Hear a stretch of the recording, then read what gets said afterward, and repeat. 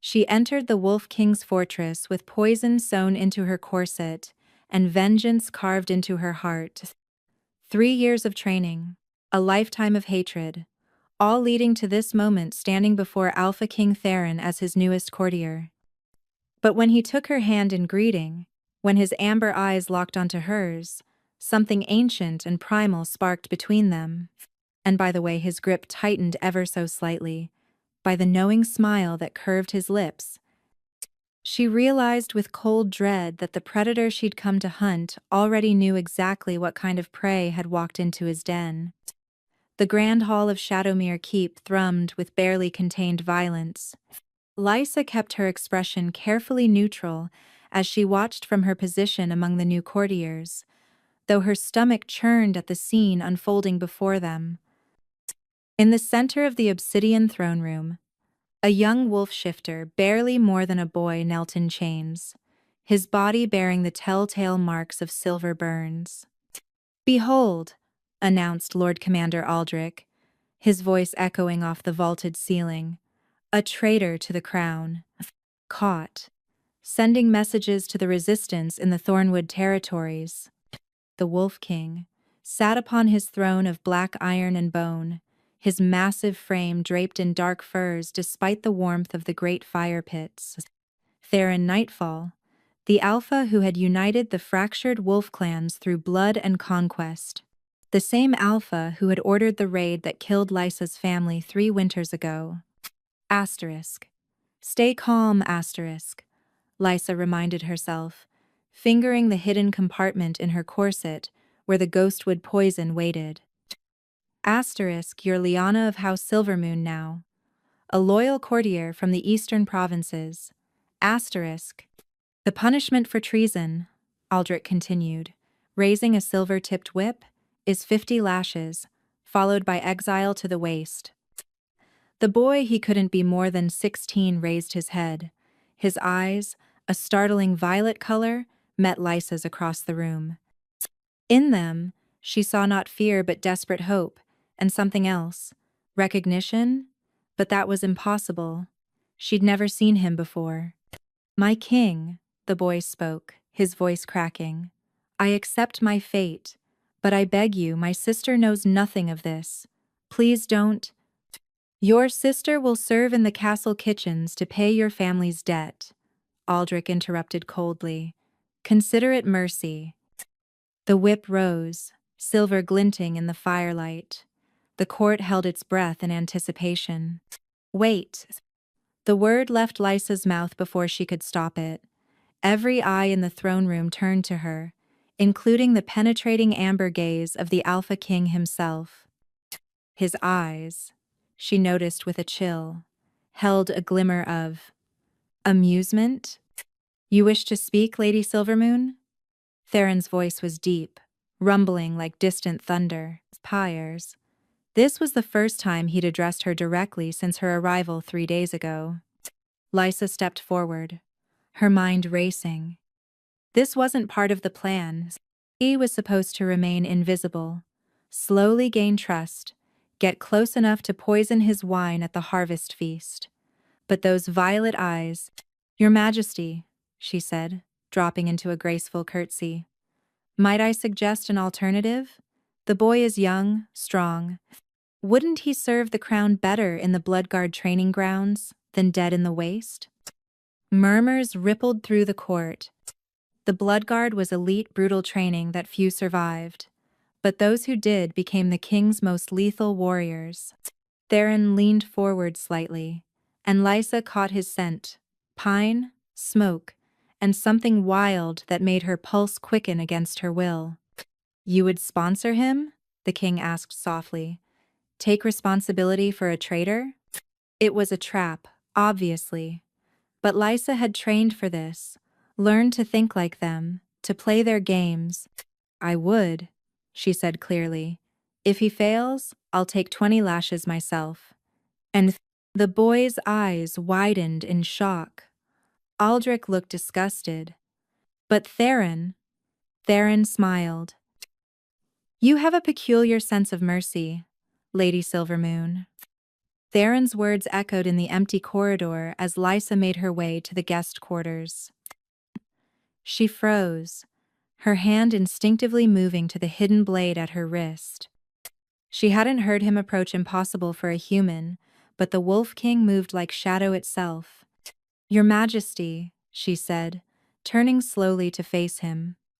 He stood mere feet away, having dismissed his guards. This close, she could see the faint scars that traced his jaw, the unnatural stillness of a predator at rest. "I merely saw potential where others saw waste. Did you now?" He moved closer, and Lysa fought the urge to step back. "Tell me, what else do you see when you look around my court?" A test. Everything with him was a test. "I see strength," she said carefully. "Unity forged from chaos." His laugh was soft, dangerous. "Pretty words. But your eyes." He circled her slowly, and Lysa felt like a deer being stalked. "Your eyes see something else entirely." Before she could respond, a commotion erupted from the direction of the training grounds. Shouts, then screams. Theron's demeanor shifted instantly from predatory to protective, and he moved toward the sound with inhuman speed. Lysa followed, curious despite herself. In the courtyard, the boy she'd saved, Kai, she'd learned was convulsing on the ground. But this was no ordinary seizure. His body contorted unnaturally, bones cracking and reshaping, trapped between human and wolf form.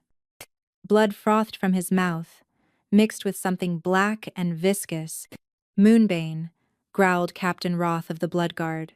"Someone's poisoned him with moonbane." Lysa's blood chilled. Moonbane was the Resistance's weapon of choice, a toxin that prevented transformation, causing young wolves to tear themselves apart from within. But she hadn't authorized this. Who? "Clear the courtyard," Theron commanded, his voice cutting through the chaos. Then his eyes found hers. "You, stay." The courtyard emptied rapidly, leaving only Lysa, Theron, and the dying boy. Kai's violet eyes rolled back, his small body seizing violently. "Person." "You sponsored him," Theron said quietly. "His life is your responsibility." Lysa knelt beside Kai, her healer's instincts overriding her mission. The moonbane was already in his bloodstream, spreading like wildfire. Without thinking, she pressed her hands to his chest, feeling for his heartbeat. Erratic, failing. "There's an antidote, common," she heard herself say. "But I need blackroot and silver ash. And," she hesitated, "and wolf's blood. Fresh." Theron didn't hesitate. He bit into his own wrist, offering it to her. Their eyes met over the dying boy, and something passed between them, an understanding, a recognition of something neither wanted to acknowledge. Lysa worked frantically, mixing Theron's blood with herbs from her hidden pouches, the same pouches that contained the ghostwood poison meant for him. The irony wasn't lost on her. As she forced the mixture down Kai's throat, she whispered the old healing words her grandmother had taught her, words from before the wars, when humans and wolves lived in harmony. Kai's seizures slowed, then stopped. His breathing steadied. "Interesting," Theron murmured, his wound already healing. "A lady from the eastern provinces who knows the old ways. Who carries herbs that even my healers don't recognize?" His amber eyes bore into hers. "Who are you really, Lady Silvermoon?"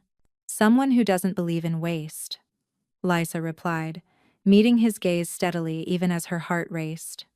Theron stood, offering her his hand. When she took it, he pulled her close enough that she could feel the heat radiating from him. "The boy will live thanks to you," he said softly. "But moonbane in my castle means there's a traitor among us.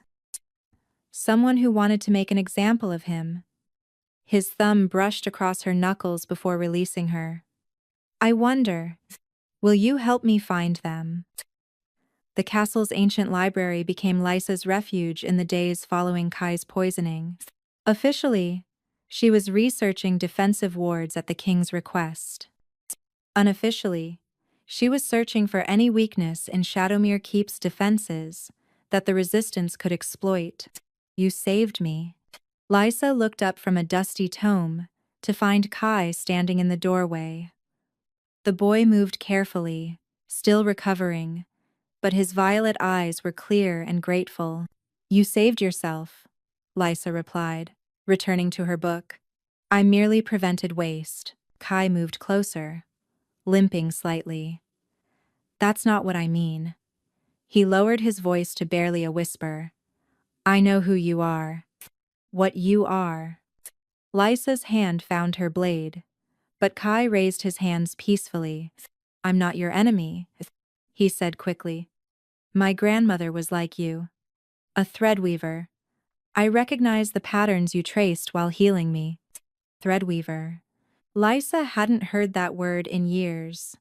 The ancient human magic. Nearly extinct now, the ability to see and manipulate the threads of fate that connected all living things. It was what made her the perfect spy. She could sense intentions, detect lies, occasionally even nudge events in subtle ways. You're mistaken, she said coldly. The resistance didn't poison me, Kai continued as if she hadn't spoken. Someone in the castle did. Someone who wanted to frame them. He paused. The king suspects, but he can't prove it without revealing his own secret. What secret? Before Kai could answer, the temperature in the room dropped. Shadows gathered in the corners, coalescing into wolf shapes with glowing eyes. Lysa stood, power crackling through her veins as she prepared to defend herself. Stand down. Theron's voice came from everywhere and nowhere. The shadow wolves dissipated, and he materialized from the darkness itself, not through the door but from the very shadows of the room. Shadow walking, Lysa breathed. It was supposed to be myth. No alpha had possessed that power in 300 years. Leave us, Theron commanded Kai, who bowed and retreated quickly. They stood alone among the ancient books, surrounded by centuries of knowledge and secrets. Theron approached slowly, his eyes never leaving hers. You're full of surprises, Lady Silvermoon, he said. A noblewoman who knows ancient healing, who carries herbs from the Thornwood territories, whose very presence disturbs the threads of fate around my castle. He knew. Somehow. He knew. I could ask the same of you, Lysa countered, her chin raised. An alpha who walks through shadows, who allows a human to treat his wounds. Who keeps resistance sympathizers as servants. Touched. Theron smiled, a real smile that transformed his harsh features. Perhaps we're both more than we appear. He moved closer, and Lysa felt the threads around them thrumming with tension. In her sight, she could see them silver and gold strands connecting every living thing in the castle.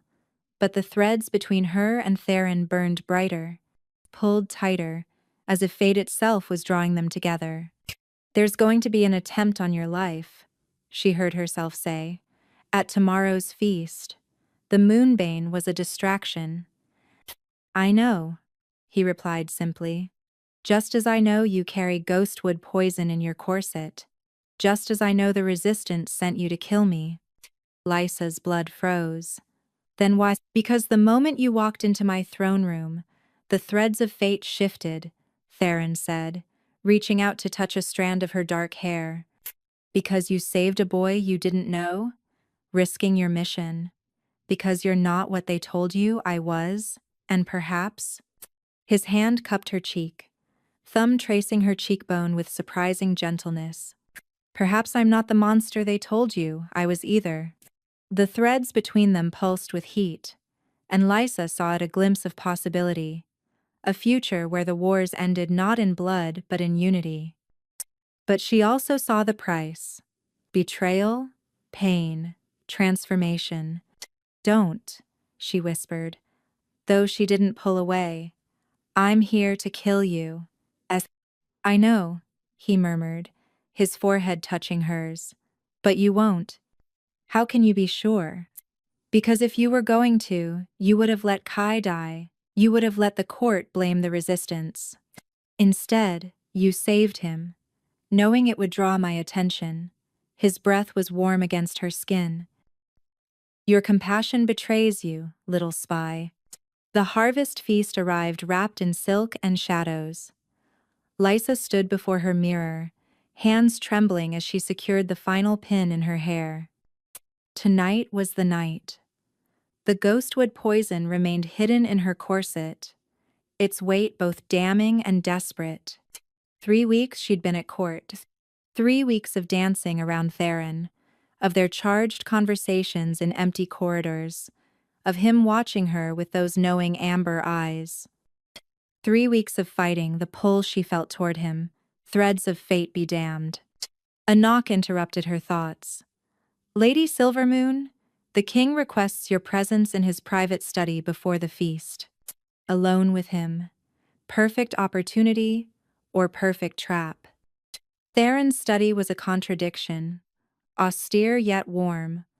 Walls lined with maps, marking territory gains and losses, but also shelves of poetry, philosophy, histories of the time before the wars. He stood with his back to her, gazing out at the blood moon rising over Shadowmere. Do you know what tonight is? He asked without turning. The harvest feast, Lysa replied carefully.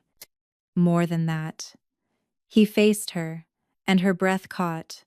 He wore formal attire, black leather and silver, every inch the predator king. But his expression was almost vulnerable. Tonight marks 3 years since Thornwood. Her heart stopped. Thornwood, where her family died. I've been waiting for you. You know, he continued, moving closer. The Resistance's chosen weapon. The last threadweaver with enough power to actually kill me. I don't. Your sister survived. The words hit her like physical blows. She died. They all died. Your wolves? My wolves were there, yes, but not on my orders. His jaw clenched. Lord Commander Aldrich led that raid.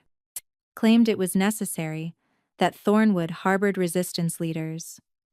By the time I learned the truth, the damage was done. Lies. It had to be lies, but the threads never lied, and she could see them now, pulsing with the bright clarity of truth. Sarah lives, he said softly, hidden in the northern sanctuaries. I've been protecting her, waiting for you to come for your vengeance so I could tell you the truth. Lysa's knees buckled. Theron caught her, his arms strong and steady around her. This close, his scent overwhelmed her forest and flame and home, impossibly home. Why? She whispered against his chest. Because Aldrich has been playing both sides, fueling the war, ensuring neither human nor wolf ever wins. And because he pulled back to look at her, one hand cupping her face. Because the moment I felt your threads enter my territory, I knew. You're my mate. The word hung between them, heavy with implication. Mates were sacred among wolves, souls bound across lifetimes. But she was human. It was impossible. I'm not a wolf, she protested weakly. No, he agreed, his thumb tracing her lower lip. You're something far more dangerous. You're the bridge between our worlds. The threadweaver, who could bind human and wolf together again. If you chose to. His mouth was inches from hers, and Lysa felt herself drowning in the pull between them. Every thread of fate in her vision was singing, pulling them together with inexorable force. This is why you haven't killed me, she realized. You could have stopped me any time. I could never hurt you, he murmured. Even before I knew who you were, your threads called to mine. But the choice has to be yours. Stay as my enemy, and I'll let you go. Stay as yourself, and help me end this war the right way. And if I stay, she whispered. His eyes flashed gold in the moonlight. Then I claim you as mine, and you claim me as yours. The bond will change you not into a wolf, but into something new. Something that hasn't existed since the first age, when threadweavers and alphas ruled together. The ghostwood poison burned against her ribs. One kiss, distract him, slip it into the wine on his desk. Mission complete. Instead, she reached up, fingers threading through his dark hair. Show me, she breathed against his lips. Show me what we could be. When his mouth claimed hers, the world exploded. Every thread of fate in the castle suddenly blazed to life in her vision. But more than that, she felt him. His memories, his guilt over Thornwood, his desperate hope that she might choose him over vengeance. She felt his wolf recognize her as his mate, felt the ancient magic stir in response. But most importantly, she felt the truth of it all. The war, the lies, her sister alive. When they broke apart, gasping, a silver mark had appeared on her throat, a crescent moon wrapped in threads. Mine? Theron growled, his voice more wolf than man. Yours, Lysa agreed, then pulled him down for another kiss. And you're mine. The feast erupted in chaos exactly as Theron had predicted. Lysa stood beside his throne, still reeling from their bonding, the silver mark on her throat hidden beneath a careful arrangement of silk scarves.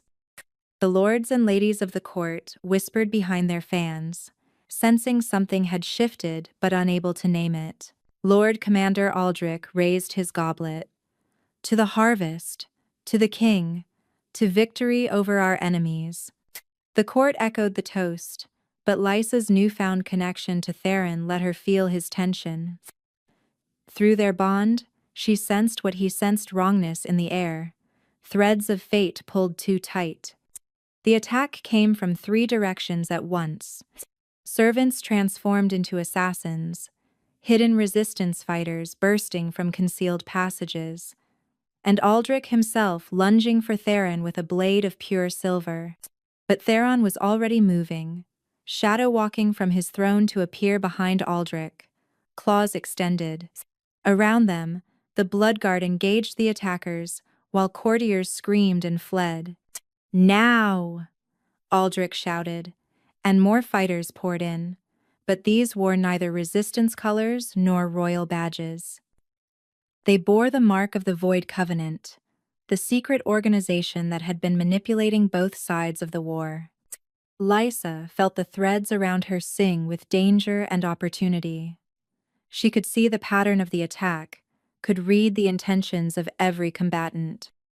Without thinking, she began to weave, pulling at fate itself to shield the innocent, to redirect blades, to expose the true traitors. A resistance fighter, someone she recognized from her old cell, locked eyes with her from across the room.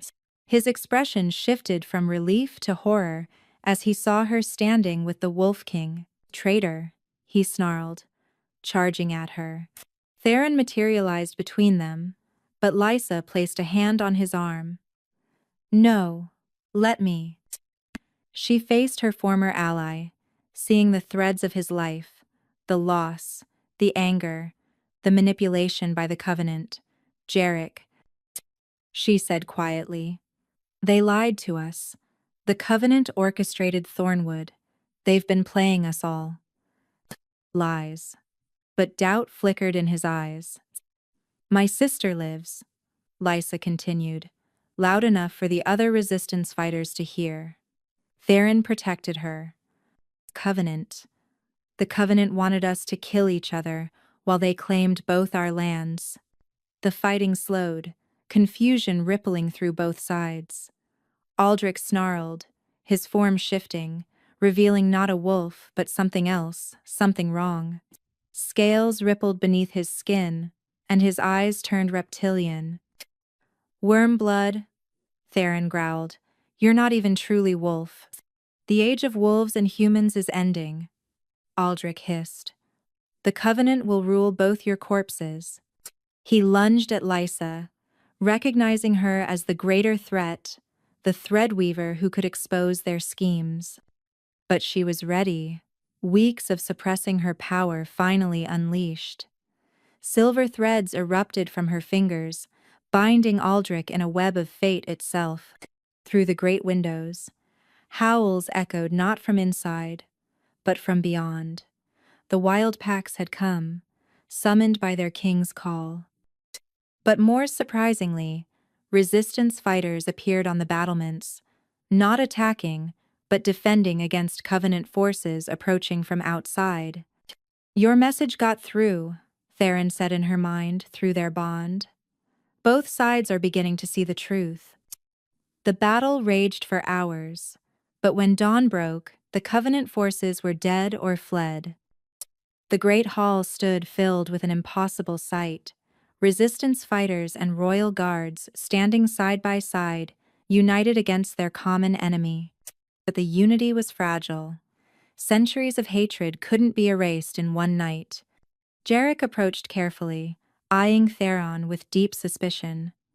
If what you say is true, he said to Lysa, if Sarah lives, I'll take you to her, Theron promised. All of you who wish to verify the truth. But know this, the Covenant still has armies. They've been building strength in the wastes while we fought each other. We'll need to stand together or fall separately. Lysa felt the threads of fate shifting, showing her glimpses of possible futures.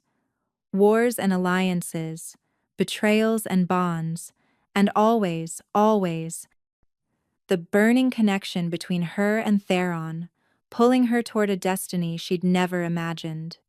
You chose him over your own people, Jarek said quietly when Theron moved away to address his guards. I chose the truth over comfortable lies, Lysa replied. And he's not what we thought. None of this is. Jarek's eyes fell to her throat, where the silver mark peeked through her scarves. He marked you. You let a wolf claim you. And I claimed him back, she said firmly. We're going to end this war, Jarek, the right way. But even as she spoke, she felt a darkness stirring through the bond. Theron was hiding something, some price of their connection he hadn't told her. The mark on her throat pulsed with heat, and for a moment, she could have sworn she felt fangs pressing against her own human teeth. 2 weeks had passed since the Harvest Feast revelation, and Lysa's world had become unrecognizable. She stood in the war room, surrounded by maps and uneasy alliances. Resistance leaders sat beside wolf commanders, their distrust palpable, but their cooperation necessary. Through it all, she served as translator, not of language, but of intention, using her threadweaver abilities to smooth over centuries of hatred. The Covenant has taken the Eastern Citadel, reported Scout Commander Vera, one of the few wolves who'd accepted Lysa immediately. They're moving faster than anticipated. Lysa studied the threads of fate surrounding the map, seeing patterns others couldn't. They'll strike here next, she said, pointing to a seemingly insignificant outpost. It controls the water supply for 3 provinces. But even as she spoke, a wave of dizziness struck her. The room tilted, and she gripped the table for support. Through their bond, she felt Theron's immediate concern from across the castle. Power. I'm fine, she said aloud, though he hadn't spoken. The others looked at her strangely. Perhaps Lady Lysa needs rest, suggested Jarek, who'd remained as a liaison. His concern seemed genuine, but threads of suspicion still colored his intentions. I said I'm fine, Lysa snapped, then immediately regretted it. Her temper had been fraying lately, emotions running hotter and more volatile. That night, she stood before her mirror, studying the changes. The silver mark had spread, delicate tracings like veins of moonlight extending down her throat and across her collarbones. Her eyes, once purely brown, now held flecks of gold, and her senses, she could hear conversations 3 floors away, smell emotions on the air, feel the presence of every living thing in the castle through the threads, passes. It was overwhelming and exhilarating in equal measure. You're changing faster than expected. Theron's reflection appeared behind hers, though she hadn't heard him enter. These days, he moved between shadows as easily as walking. "You knew this would happen," she said, not quite an accusation. "I knew it was possible," he corrected, his arms encircling her waist. The old texts speak of bonded pairs where one was human. The human either died, transformed into a wolf, or, he hesitated, or became something else, something between. His lips brushed her neck, sending shivers through her. A moonweaver. Human enough to walk in daylight, wolf enough to run with the pack, powerful enough to bridge both worlds. Power. And if I don't want to become something else? She challenged. Though even as she spoke, she knew it was too late. Powers. The bond was irreversible. The changes already begun. "Then I'll find a way to stop it," he said immediately. "Even if it means breaking our bond." The thought sent physical pain through both of them, the mark on her throat burning in protest. She turned in his arms, seeing the genuine anguish in his eyes. "You would do that? Let me go?" "I would do anything to save you," he murmured. "Even lose you." Before she could respond, a commotion erupted outside. They rushed to the window to see resistance fighters and wolf guards facing off in the courtyard, weapons drawn. "He killed my brother!" a resistance fighter shouted, pointing at one of the blood guard. "Your brother was a murderer!" the guard snarled back. Lysa was moving before she consciously decided to, power flowing through her as she threw open the window and leaped down 3 stories, landing with inhuman grace. The fighters froze, staring at her in shock. "Enough," she commanded, and threads of power lashed out, forcing weapons to lower. "We are not enemies anymore. You're not even human anymore," someone whispered. And Lysa realized with cold certainty that they were right. The ease with which she'd jumped, the power flowing through her, she was becoming something else. "No," she agreed, feeling Theron materialize beside her, a united front. "I'm not. I'm what we need to survive what's coming." But doubt gnawed at her. Each day brought new changes, new powers, new instincts that weren't quite human. And through the bond, she could feel Theron's fear, not of her, but for her. Late that night, she found Kai in the library, researching frantically. "You're looking for a cure," she said. It wasn't a question. "There has to be something," Kai insisted. "Some way to slow the transformation, to let you control it." How? "And if there isn't?" Kai's violet eyes met hers, filled with the wisdom of someone who'd seen too much too young. "Then you become the bridge between worlds, as the prophecies foretold. The Moonweaver, who ends the age of separation. Enwe, En Werewolf, Siomares. The Moonweaver who ends the age of separation. Prophecies?" Lysa felt a chill. What prophecies? But before Kai could answer, pain lanced through her skull. Images flooded her mind.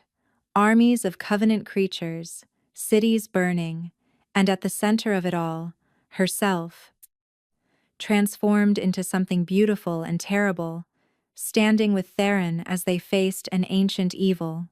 When the vision ended, she was on the floor, Kai supporting her head. "It's starting," he whispered. "The awakening. You're beginning to see not just the threads of present fate, but future possibilities."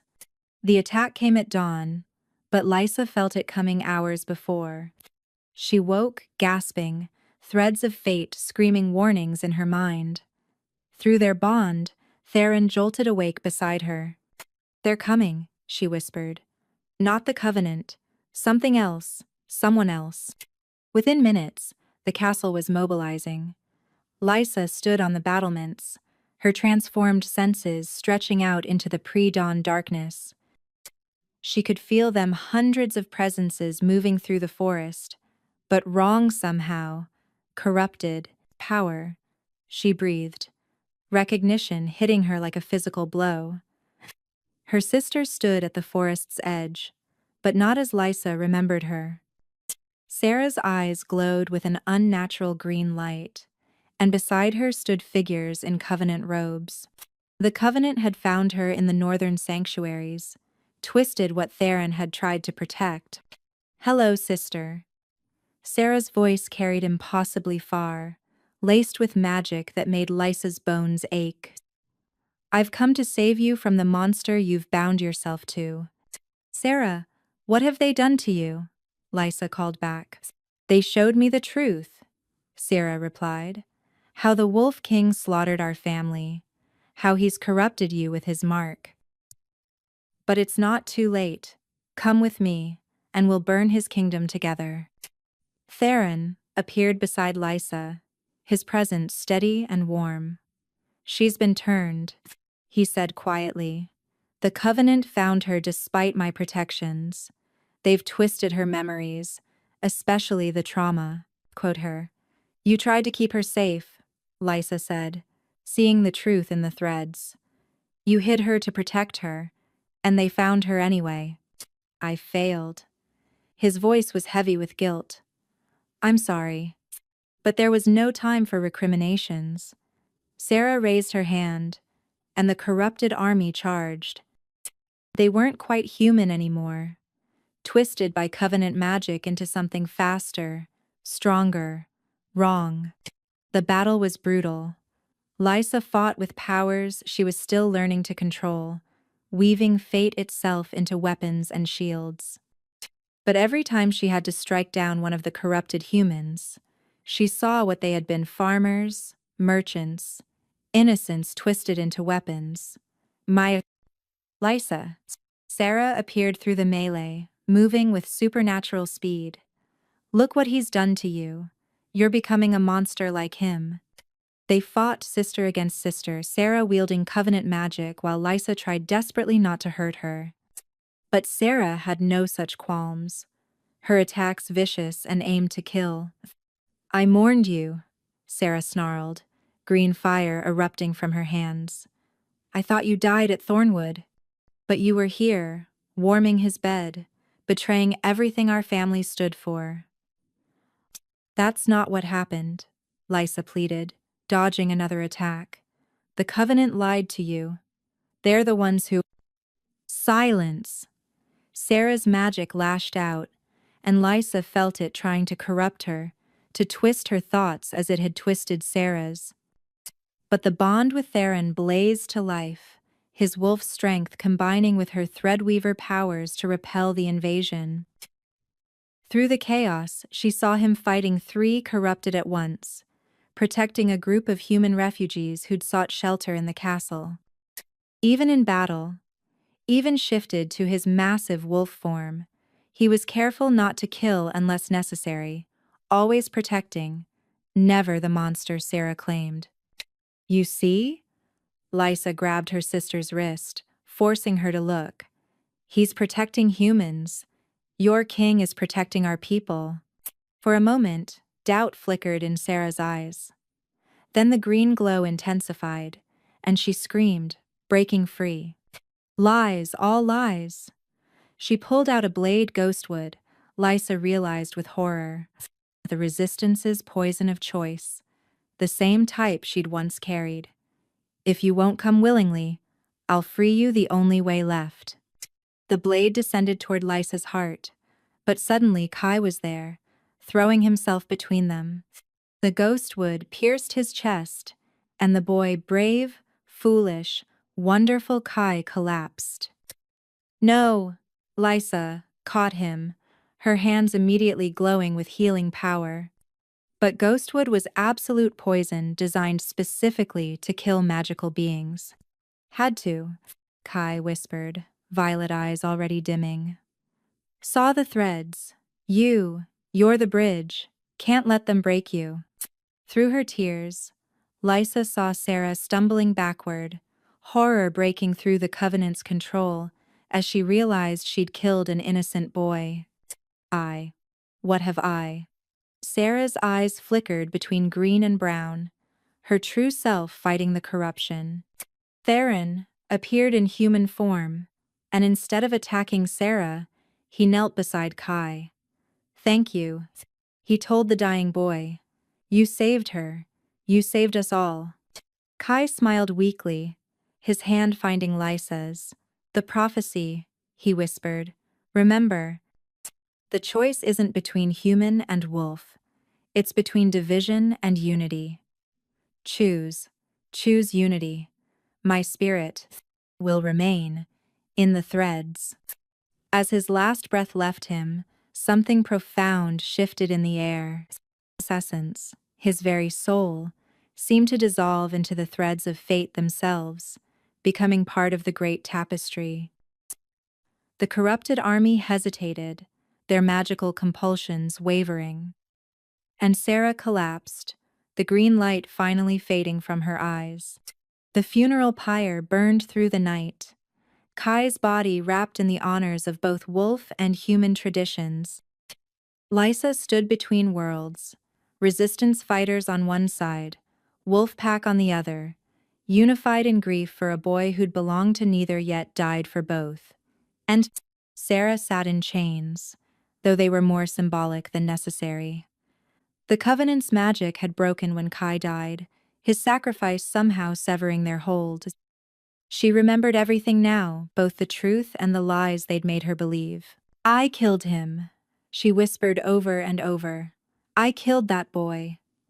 The Covenant killed him, Lysa said firmly, though her heart ached. They used you as a weapon. In the war room, revelations came quickly. Sarah, freed from corruption but drowning in guilt, revealed everything she'd learned while under Covenant control. They're not from here, she said, voice hollow. The Covenant they're from across the void sea.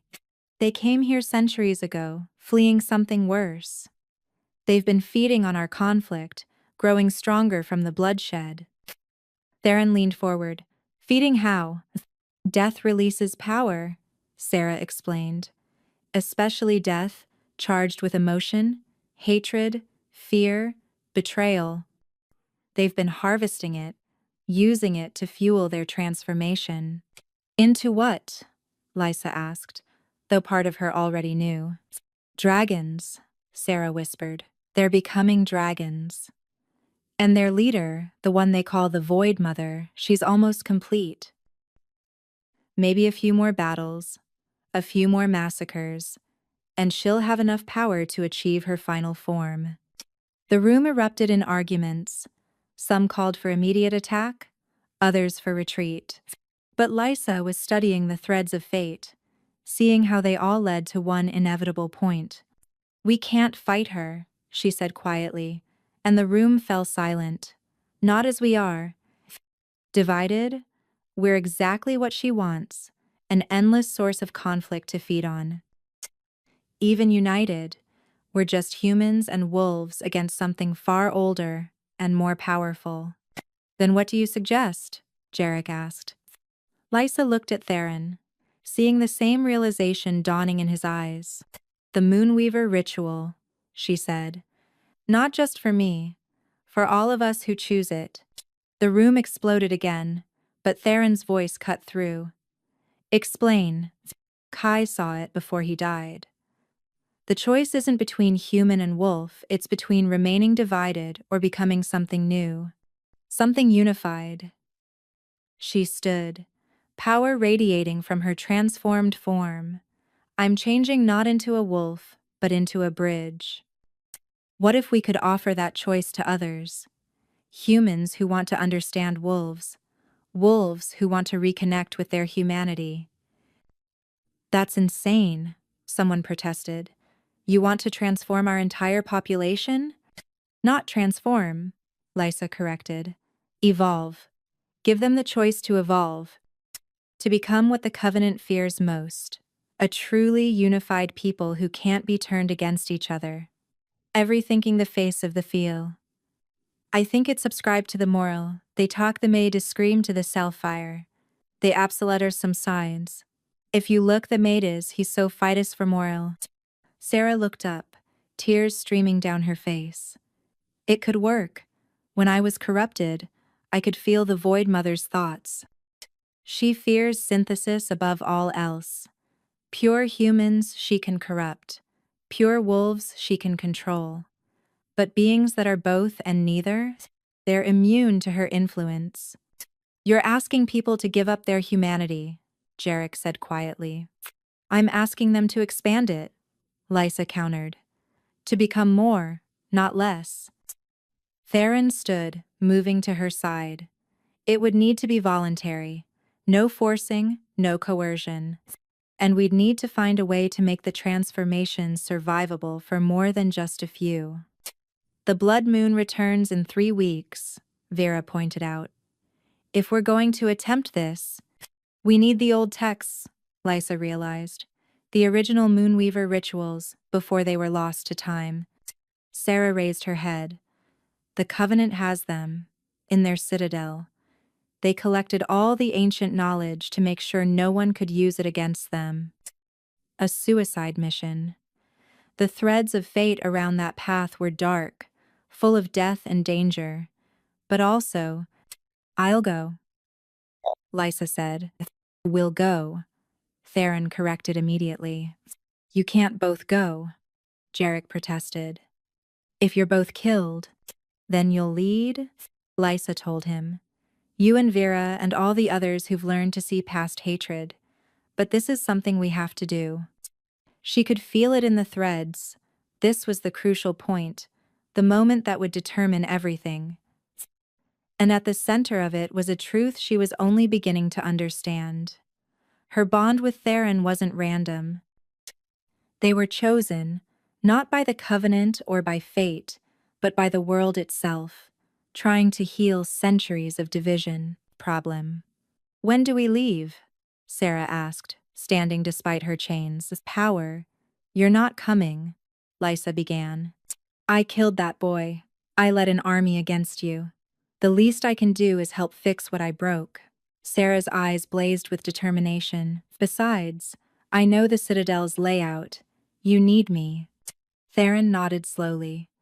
A small team. In and out before they know we're there. Lysa could see the threads. And she knew better. They would be discovered. They would be challenged. And one of them might not return. She just couldn't see who. The Void Citadel rose from the wastes like a wound in reality itself. Black stone that seemed to absorb light, twisted spires that hurt to perceive directly. Lysa, Theron, Sarah, and Vera approached under cover of a moonless night. But stealth felt pointless. The Citadel watched them. Lysa could feel its attention like cold fingers on her spine. The texts are in the lower sanctum, Sarah whispered, her insider knowledge their only advantage. But the Void Mother, she's in the throne room above. If she senses us, she already knows we're here, Lysa said quietly, reading the threads. This is a trap. Then we spring it, Theron said simply. Vera, you and Sarah find the texts. Lysa and I will provide a distraction. That's suicide, Vera protested. That's the plan. Theron's eyes met Lysa's, and through their bond she felt his resolve. One way or another, this ended tonight. They split at the Citadel's entrance. The interior was worse than the outside corridors that shifted, when not directly observed. Stairs that led up and down simultaneously, air that whispered with the voices of the consumed. Together, Theron murmured, taking Lysa's hand. Their combined power, his shadow walking, Her thread weaving created a bubble of stability in the chaos. They found the throne room easily. The Void Mother wanted them to find it. She sat on a throne of crystallized screams. Lysa could hear them. Thousands of death cries frozen in black glass. The Void Mother had once been beautiful, perhaps even human, but now she was something else. Her form shifted constantly, sometimes woman, sometimes dragon, sometimes nothing but hungry void. The Moon Weaver and the Shadow Wolf. Her voice came from everywhere and nowhere. How poetic, the universe's last desperate attempt to stop the inevitable. Nothing is inevitable, Lysa said, though the threads around the Void Mother were dark, so dark she could barely perceive them. Your bond disgusts me, the Void Mother continued, rising from her throne. Human and wolf, predator and prey, trying to pretend you're equals.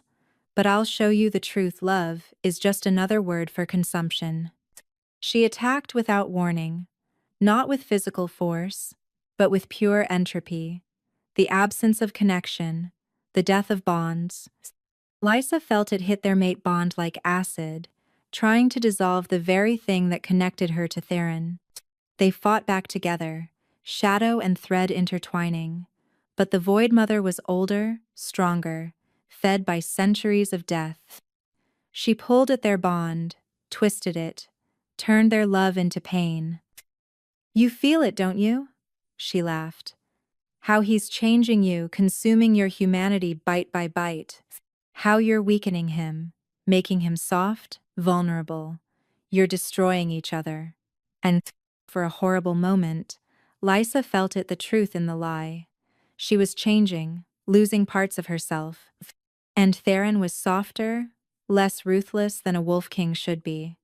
Their bond was transforming them both. Yes, the Void Mother hissed. Break, sever the connection, save yourselves from each other. Through their bond, Lysa felt Theron's anguish, his fear that he really was destroying her. She saw him pull back, trying to shield her by weakening their connection. No, she gasped, but he was already retreating into himself, trying to spare her from the transformation he'd caused. The Void Mother laughed, raising her hand for a killing blow. Love always destroys itself in the end. But then Sarah and Vera burst in, carrying ancient texts that glowed with silver light. We found them, and more, the original prophecy. Sarah's voice rang out, reading from the text. When the void comes to consume all bonds, two shall become one shall become many, and many shall become whole. Not through dominance, but through sacrifice, not through purity, but through synthesis. But I did too, I see, but I did it, I too, but I did it, I did it, I t, but I did it, I t. The Void Mother snarled, but Lysa understood. She grabbed Theron, forcing him to look at her. We're not destroying each other, she said fiercely. We're creating something new. That's what terrifies her, not our differences, but our unity, despite them. She pulled him close, and bit him not gently, not carefully, but with all the ferocious love she felt. Her human teeth shouldn't have been able to pierce his skin, but they did, because she wasn't fully human anymore, just as he wasn't fully wolf. The feedback loop through their bond was instantaneous and overwhelming.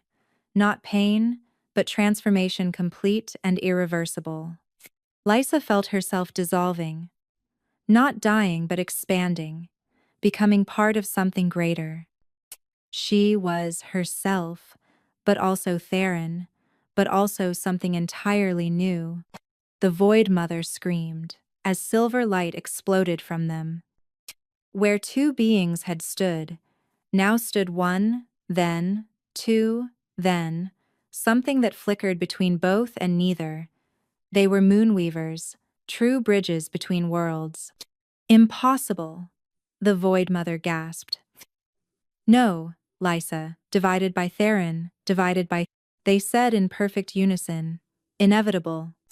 The citadel shook as reality itself rebelled against the Void Mother's presence.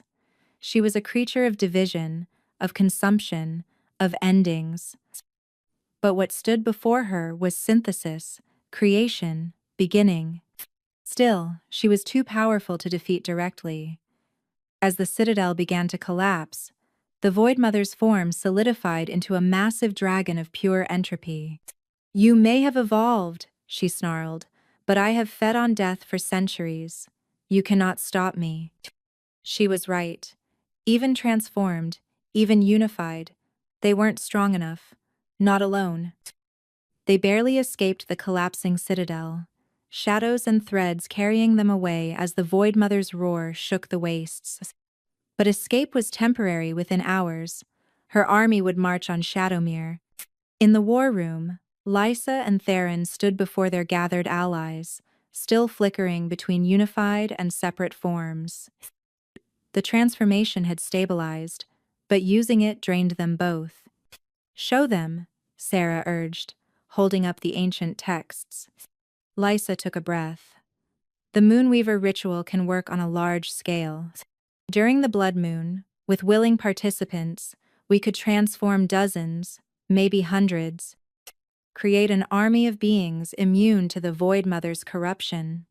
But," Theron continued, his voice heavy, "the success rate without a mate bond is less than 1 in 3.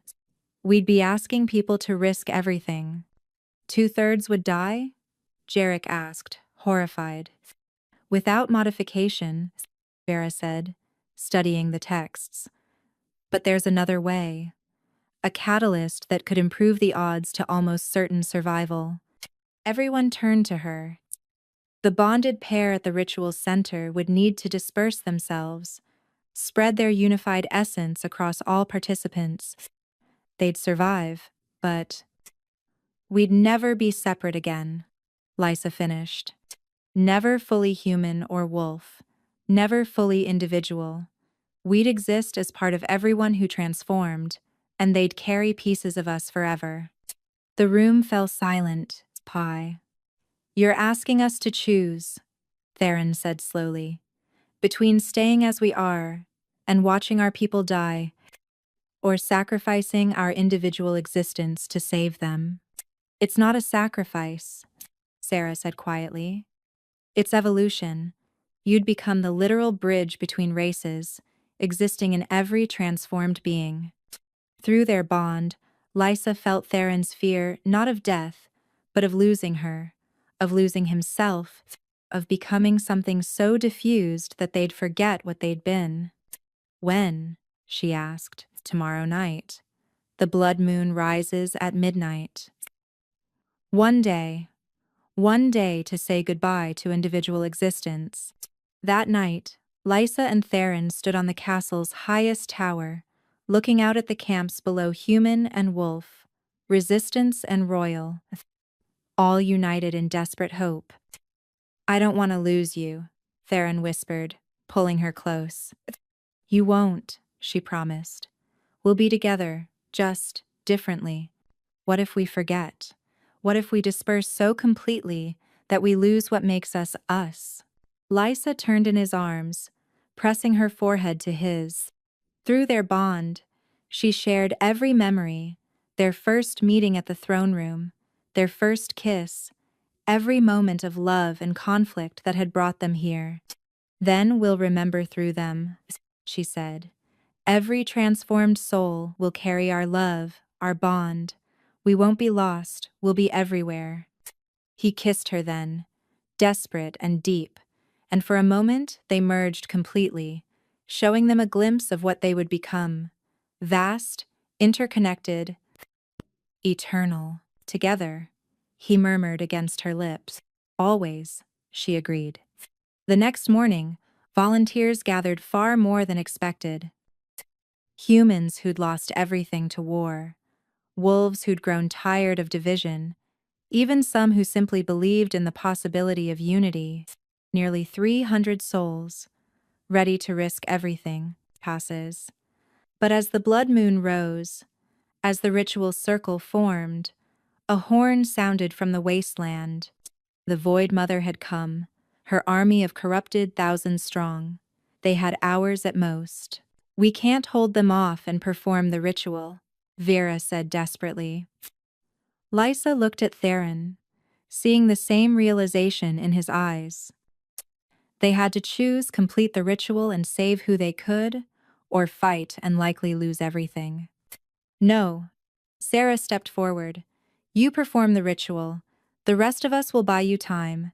You'll die, Lysa protested. Quote, maybe, Sarah smiled sadly, but I owe a debt. For Kai, for all of them. Let me pay it. One by one, others stepped forward. Jarek, guards, resistance fighters. Those not participating in the ritual would hold the line. The choice is made then, Theron said quietly. As the first wave of corrupted crashed against Shadowmere's defenders, Lysa and Theron took their positions at the ritual circle's center. 300 volunteers arranged around them, each holding a silver thread connected to the central pair. Once we begin, Lysa announced, her voice carrying across the courtyard. There's no stopping. Whatever happens, whatever you feel, hold on. We're about to become something the world has never seen. The blood moon reached its apex, bathing everything in crimson light. Lysa met Theron's eyes one last time as individuals. Ready? She asked. With you? Always. They began the ritual, their joined hands glowing with power that had no name, not quite magic, not quite divine, but something older, deeper. The threads connecting them to the volunteers blazed to life, and the transformation began. But as the power built, as Lysa felt herself beginning to dissolve, she saw through the threads the defenders were failing. The Void Mother herself approached the gates, and once she entered the ritual circle, everything would be lost. They needed more time. They needed a choice. Lysa gasped, understanding finally hitting her. The prophecy, it's not about the transformation. It's about choosing unity, even when it costs everything. She looked at Theron, seeing the same understanding dawn in his eyes. They had to complete the ritual faster, spread themselves thinner, risk not just dispersion, but complete dissolution. They might save everyone and lose themselves entirely, not even existing in others, just gone.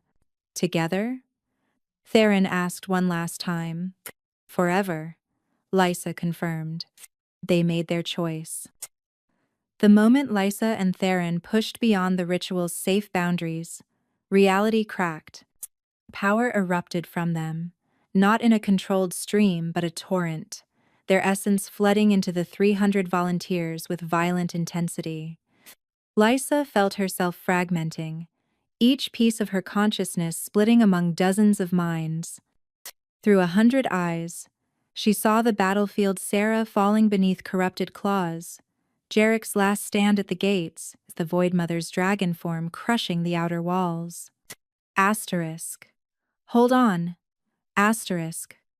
Theron's voice echoed through their shared existence, but she could barely distinguish it from her own thoughts anymore. The volunteers screamed as transformation took them, not the gradual change the ritual promised, but instant, agonizing evolution. Human bones shattered and reformed, wolf bodies twisted into new configurations, and through it all, Lysa felt every second of their pain as her own. Asterisk. Too fast, asterisk, she thought desperately. Asterisk. We're losing them. Asterisk. Some volunteers began to dissolve, their forms unable to handle the rapid transformation. But then something unexpected happened.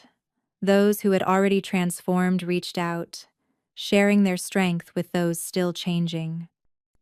The threads between them blazed silver bright, creating a network of support that had never existed before. Through fading individual consciousness, Lysa saw the truth: they weren't creating 300 Moonweavers. They were creating one unified being with 300 bodies, all connected by threads of shared existence. The Void Mother burst through the final defenses, her dragon form towering above the ritual circle. "Fools!" she roared. "You're destroying yourselves. You'll be nothing but echoes and empty shells."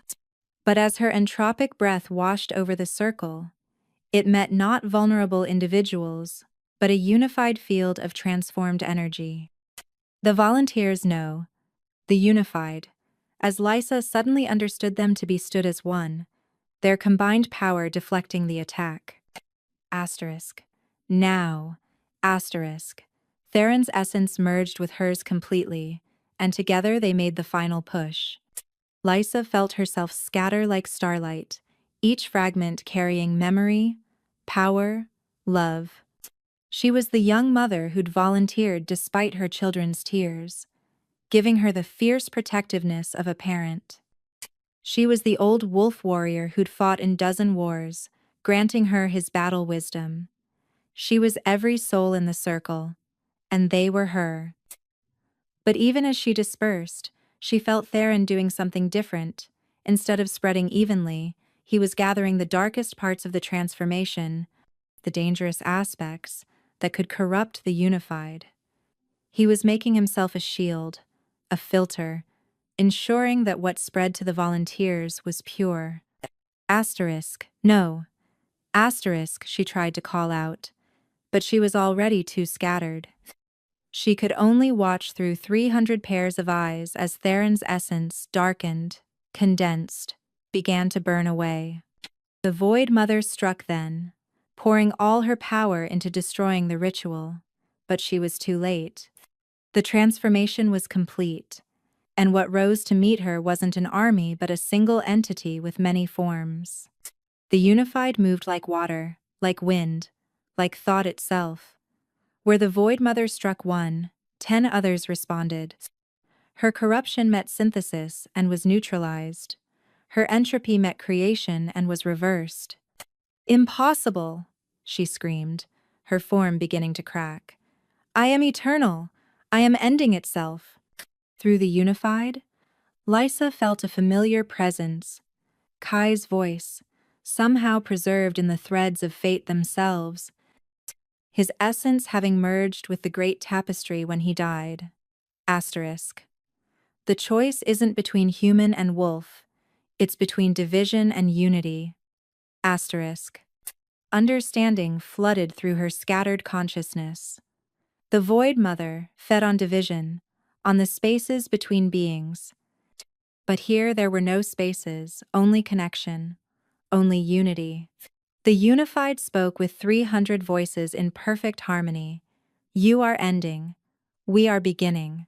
They reached out together, not to destroy, but to embrace. The Void Mother tried to pull back, but she was a creature of consumption, and when she touched the unified, she found nothing to consume, only an invitation to join, to transform, to become part of something greater. "No!" she writhed, her dragon form dissolving. "I will not be absorbed. I will not lose myself." But the unified's embrace was inexorable. Where the Void Mother expected destruction, she found acceptance. Where she brought endings, they offered new beginnings. In her final moments, the ancient being's true form was revealed, a frightened, lonely creature that had fed on division because she feared connection, destroyed bonds because she'd never had one. The unified embraced her anyway. The explosion of her transformation lit up the night sky, visible for miles. When it faded, the Void Mother was gone, but something new had been added to the unified, an understanding of endings that made their beginnings more precious. But victory came at a cost. As the unified stood victorious, Lysa searched desperately through their shared consciousness for Theron. She found fragments, echoes, but the concentrated darkness he'd absorbed to protect the others had burned away much of his individual essence. Asterisk, I'm here. Asterisk. His voice whispered through their bond, faint as morning mist. Asterisk. Different, dispersed, but here. We did it, my heart. We became the bridge. Asterisk. Through 300 throats, Lysa screamed her grief and joy, her love and loss. They had won, they had evolved, but the price? Then she felt it in every transformed soul. A piece of Theron's shadow lingered, just as her threads connected them all. They weren't gone. They were everywhere. 6 months had passed since the night of unity, as history would remember it. Lysa stood, though stood, wasn't quite right anymore in the great hall of Shadowmere Keep. She existed primarily in a body that looked like her original form, but she could feel herself in every other unified throughout the kingdom. Through their eyes, she watched the sunrise from 300 different locations, felt the joy of human and wolf children playing together in streets that had once run with blood. The Western settlements have agreed to the transformation, Vera reported, her own form flickering between wolf and human with practiced ease. As one of the unified, she could choose her shape moment by moment. How many volunteers? Lysa asked, though she already knew through the threads. 500 in the first wave. The success of the integration has convinced even the skeptics. The ritual had been refined since that first desperate night. With the unified as anchors, the transformation was safer, still challenging, but no longer the desperate gamble it had been. Each new member added to their collective strength, their shared consciousness, their unified purpose. My lady, a young messenger approached, then paused. My ladies, lords, I'm never sure how to address. Just unified is fine. Lysa smiled. We are many and one. The messenger nodded. The monument is ready for unveiling. Lysa flowed walking, was too simple a word through the castle to the courtyard where a crowd had gathered. Humans, wolves, and unified stood side by side, no longer separated by species or suspicion.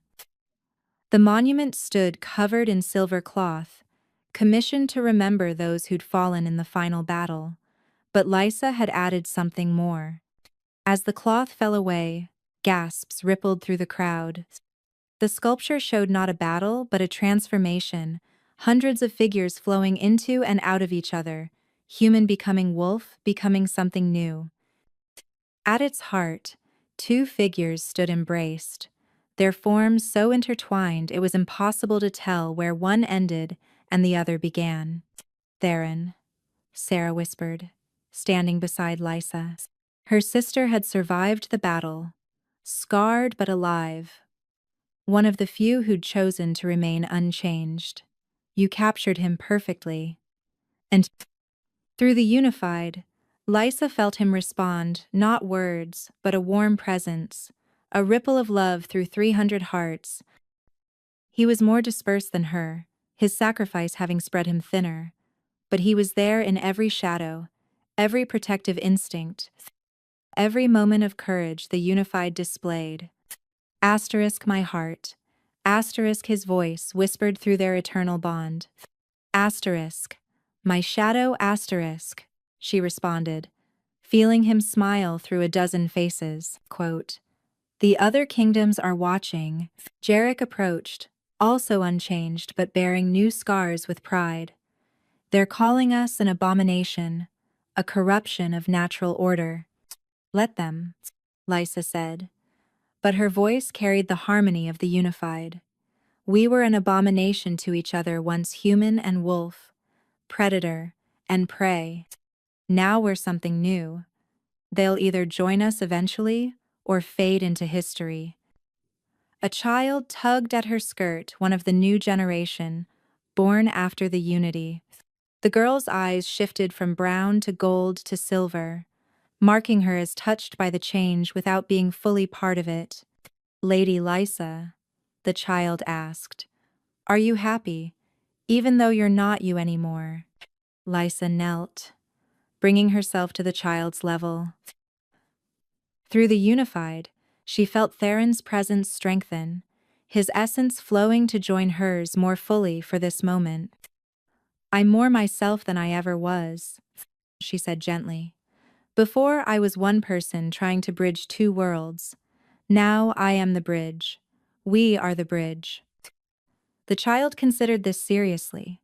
"My mama says you gave up everything to save us." "No." Lysa smiled. And through her, 300 others smiled too. "We gave up separation to gain unity. We gave up loneliness to gain connection. We gave up one love to gain hundreds." As if to demonstrate, the unified throughout the courtyard moved in subtle synchronization, not controlled but connected, each individual, yet part of the whole. They were doctors and warriors, crafters and scholars, parents and children, but they were also one vast, loving, protective entity that would never again allow division to tear their world apart. "Will you teach me?" the child asked suddenly. "When I'm older, will you help me become unified too?" "If you choose it," Lysa promised. "The bridge is always open to those who wish to cross." As the ceremony continued, as people celebrated the 6-month anniversary of their new world's birth, Lysa felt a familiar presence strengthen. Through the crowd, a figure approached, tall, broad-shouldered, with eyes that shifted from amber to shadow. It wasn't Theron, not exactly.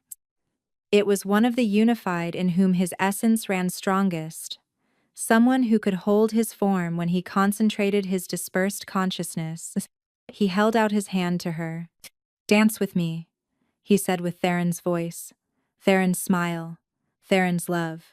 She took his hand, and they danced as the sun set over Shadowmere. Around them, other unified pairs found each other, fragments of the original bond, seeking itself across many bodies. They were apart, together, many, one, human, wolf, and something beautifully, impossibly new. "Do you regret it?" he whispered, spinning her under stars that seemed to shine brighter than before. "Never," she answered, and meant it with every fiber of her dispersed being. They had come to the castle as enemies, she to betray, he to control. But fate had other plans. Love had other plans. And in choosing each other, in choosing unity over division, they had become something eternal. As the night deepened, as the unified sang in perfect harmony, Lysa understood the final truth. They hadn't lost themselves in the transformation. They had found themselves not as individuals, but as what they were always meant to be. The bridge between worlds, the unity after division, the love that conquered death itself. And in every transformed soul, in every thread of connection, in every shadow and light, Lysa and Theron's love continued, not ending but eternal. Not separate but whole, not two but one but many but complete. The war was over, the unity had begun. And somewhere in the threads of fate, she could swear she heard Kai laughing, young and free, and proud of what they'd become. They were the Moonweavers. They were the Shadow Walkers. They were the unified. They were home. She came to infiltrate and betray. He turned her mission into destiny. They became the bridge between worlds. In unity, they found not death, but transformation. Not ending, but eternal beginning. The Alpha King and his spy, forever one, forever many, forever whole.